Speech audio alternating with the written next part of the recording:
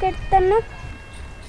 అరే మొన్న ఏసంగి నాట్లప్పుడు మా బాపుకు మా చిన్న బాపుకు గెట్ల కడ చిన్నగా లొల్లైందిరా. ఇక అప్పటి నుంచి మా బాపు మా చిన్న బాపు మాట్లాడుకుంటలేరు. మా అక్క కూడా మాకు ఫోన్ చేస్తలేదు, అత్తలేదు.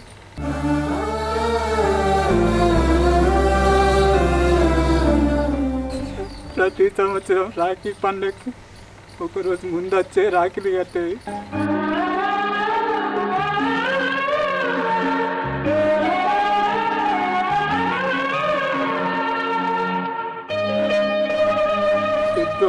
పెద్దోళ్ళకు ఉండాలి కానీ పిల్లలు మనమేం చేసినాంరా.